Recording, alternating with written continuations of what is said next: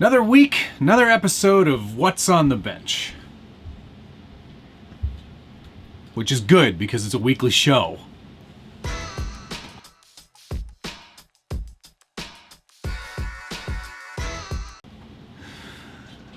Welcome back to the Scale Builders Guild. Thanks again for watching. It's week 4.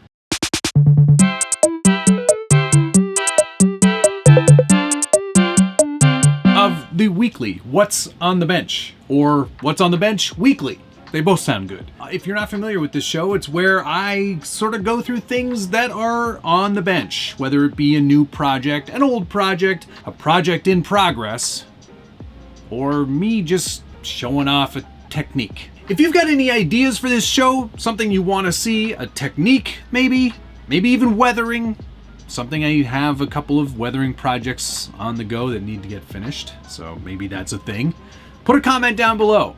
You know I love reading through your feedback, and I try to answer as many of them as I can. And if you're enjoying this weekly format, hit the like button, subscribe if you haven't already, and ring that notification bell so you get updates anytime there's a new video from the Scale Builders Guild. The like button helps. Comments help even more. So continue to participate, not just here, but in the community tab as well. Check all that stuff out. There's always something going on here at the Scale Builders Guild. There's lots of different things on this show. This week, it's going to focus on a couple of things that have been sort of lingering. And the first one, of course, is this Range Rover Classis. It's still sitting on its old chassis, but that's going to change starting today. I am going to assemble the Axial SCX-10-2 raw builders kit that I bought. We're going to maybe slap some different axles under it. But most importantly, we're going to start by cleaning up the existing stuff that's going to make its way onto the new chassis. There's a lot of old vintage, I can't believe I'm saying that, vintage RC stuff on here that cannot be bought anymore. So I'm going to be swapping it over to the new chassis. A lot of stuff won't make it from that chassis kit, but it was a good idea to start with something new and fresh and kind of rebuild this truck and make it what it should be by today's standards. One thing I did pick up for this Range Rover is a new set of axles. These are RC four-wheel drive Toyota axles. And you're like, what are you doing? Well, these Toyota axles actually look a lot like... I made this knife. Well, I assembled it anyway. While they are TEQ or Toyota-ish branded axles, they actually do look a lot like a Range Rover axle. They're very similar in the look department. While they may not function at all the same, they certainly look the part. So we're going to use these in replacement of the raw builders kit Axial SCX-10-2 axles. The same width, same gearing, same high pinion. It's the same basic thing. All the link mounts are exactly the same. It just looks better and will look a lot better under a Range Rover than you might expect, being it a Toyota axle. But I think they're cool. I think it'll work just fine, and it's going to look nice. Way better than a red pumpkin plastic axle. So we'll be adding those to the raw builders kit as well. And if you are interested in picking up your own set, I'll put a link down below to where you can get these axles for yourself. I'm so tempted to eat one of these, but don't eat them. Chock full of sand. I was thinking about making this Range Rover Classic rebuild its own series, but I was like, you know what? What better place than What's on the Bench? This is what this series is all about. Building things. Showing you what I'm working on. Why would I prevent that from happening? This is where this build is going to live. Why not? It deserves it. All right, so it's going to be a fairly easy thing to disassemble. This was a pretty basic truck.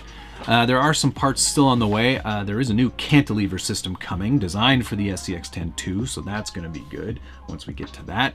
But we have to get this transfer case out and this front motor mount thing out too. I am going to replace the transmission, I think. I mean, there's probably nothing technically wrong with this. I probably actually added some good beefy parts to it because I did set this up to be a comp truck when I first built it. But let's see what state they're in. Let's take some of these parts off. All the metalwork has to come off, and we'll kind of go from there. Okay. Roll the tape.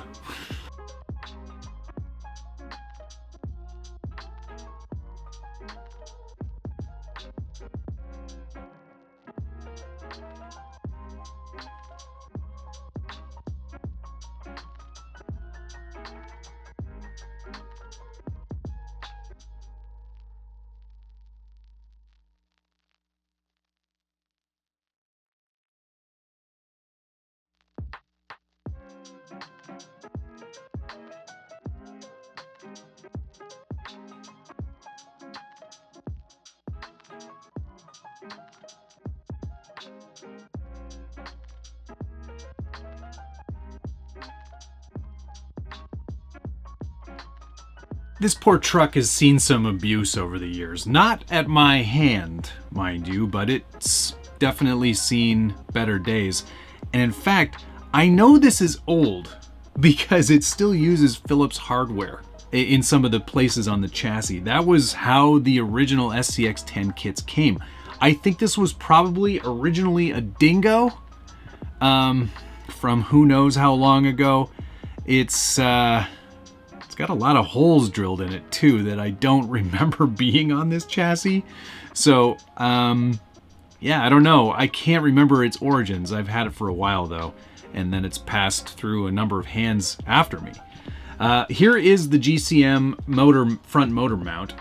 This was pretty innovative for its time and offered people an opportunity to put that transmission, the 3-gear that sat up quite high in the center of the chassis, up to the front. And GCM made this with the intention of people putting full interiors in their trucks. So this is actually spinning pretty freely. It sounds pretty good still, so we may end up actually not tearing this down. Actually, you know what? I am going to open it up because I do want to see what's in there and how it all looks. Because this has definitely been underwater. You can tell by the amount of rust on that Robinson Racing 48 pitch spur gear. And just by the state of the motor itself, it's definitely seen better days.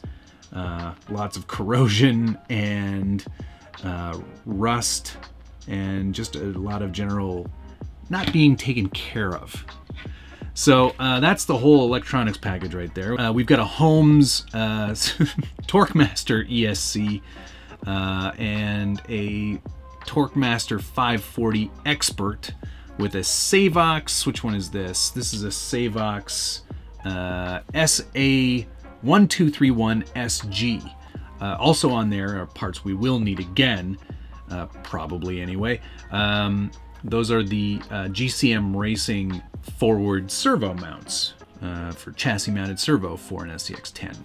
So some nice vintage stuff going on there. This is going to be a fun rebuild for sure. I'm definitely looking forward to it. This stuff is probably not going to be needed. These SCX-10 axles are old as dirt, and yeah, not much use for these. That's a homemade truss, not made by me, but definitely made by a man. So yeah, there's old stuff on here. I don't think there's much use for it. We'll put it in the swap meet box along with all this rusty old hardware. Well, it looks like I can save myself a step because check out the inside of that transmission. It's absolutely pristine. Like, that part's never been used. So I think we can leave that just as it is. We'll clean up the motor mount plate and call that step done. It's a surprising discovery. Even the bearings are like brand new. And after a little cleansing with simple green, you can see it looks pretty much good as new. And this is going to be absolutely perfect for the application that I'm going to be using. This is perfect. Just exactly what I need. And looks brand new. Once we get the spur gear and slipper back on there, let's get a good look at the transfer case. I have a feeling that this is not the original transfer case from GCM. It may in fact actually be a knockoff because it's way too clean for it to have been the original. Yeah, I have a feeling this was replaced at some point because it's far too clean. Like, everything's too clean for this to be the original. I know that for a fact. The original was black anodized and this is just raw. It obviously was working before, but it definitely needs some lubrication. So let's do that and move on.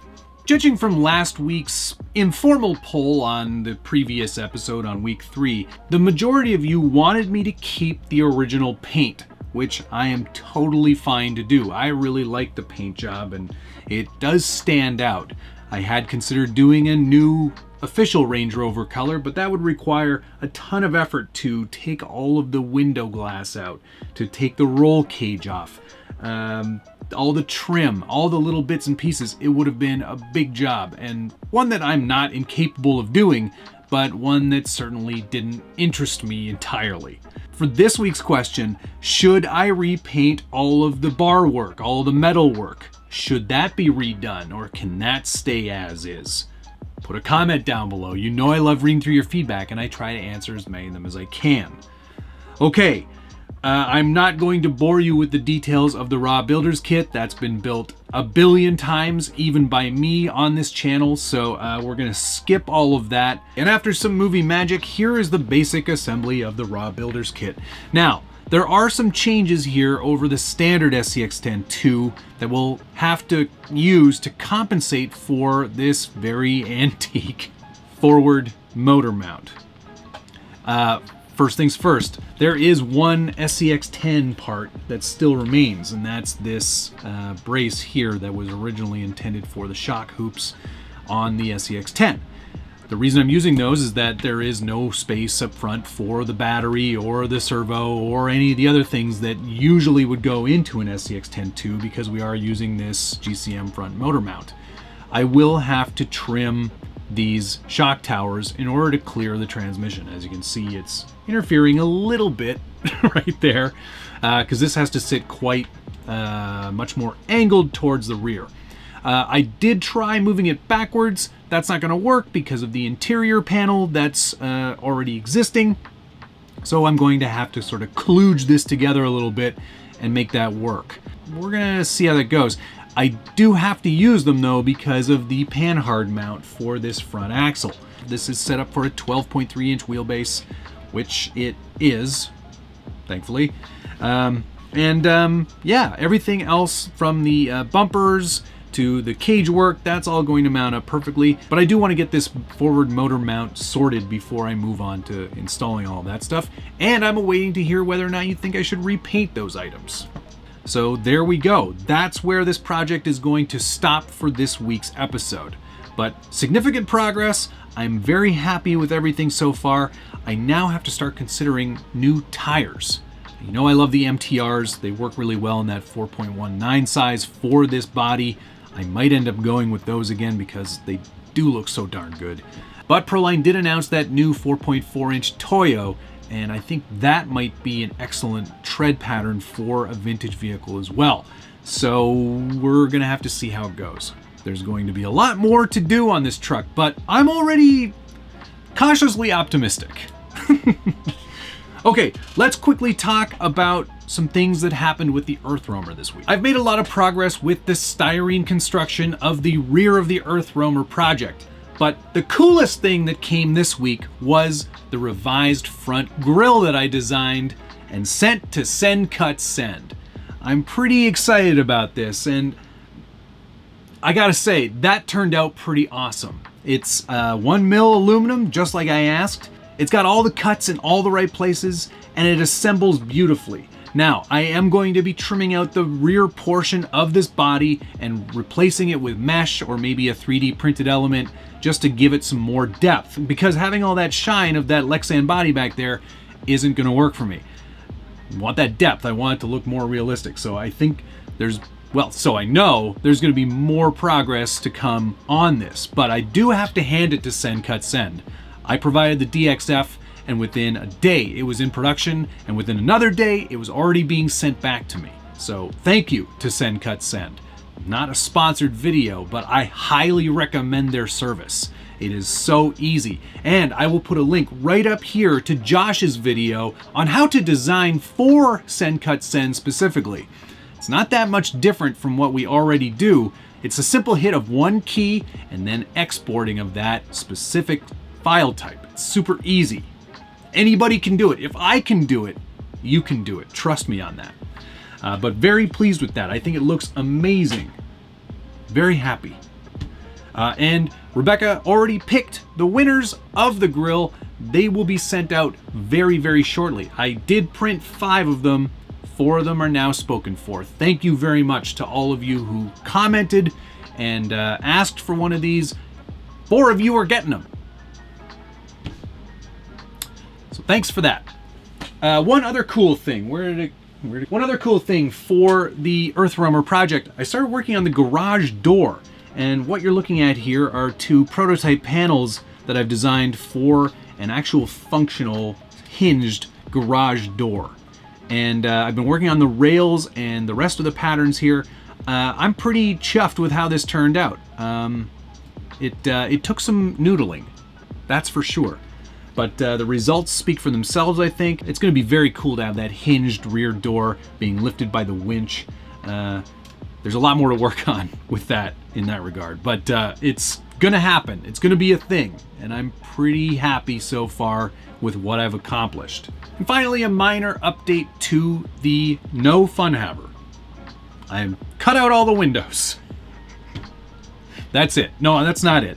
But I did cut out all the windows. I wanted to match the reference that I'm using for this project, try to make it as close to that as possible. And that one didn't have a front windshield or front windows, so I chopped them out. And I actually think it looks a lot better. And it should look way cooler in video too, because now you'll see debris and dirt and dust fly through there, which I think is going to look pretty neat. So I'm pretty chuffed on that. I also printed out a miniature Lowrance receiver. This is a GPS. Oops. This is a GPS style receiver. I designed this ages ago, and there's one on my Ripper actually. I happen to still have the file, and that'll just plop right on there onto the roof and look the part.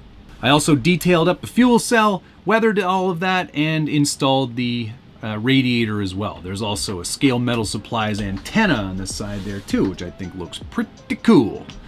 Yeah, that's about it for this one. Not a ton of things done to it, because these things take time. You gotta think through them. It's not just put it all together in a day and be done with it. I wish it was, though. I feel like that should be 2-wheel drive. The more I think about it, the less I feel like 4-wheel drive is the way to go. 2-wheel drive seems to be like pre-runner central. You have to do it that way. So let me know, 2-wheel drive or 4-wheel drive. More will be coming on that, and more will be coming on all the other projects here on What's on the Bench Weekly. But that's 4 weeks in a row, and that's pretty good. I think that's where we're gonna end it. Thank you so much for watching, and we'll see you again next week.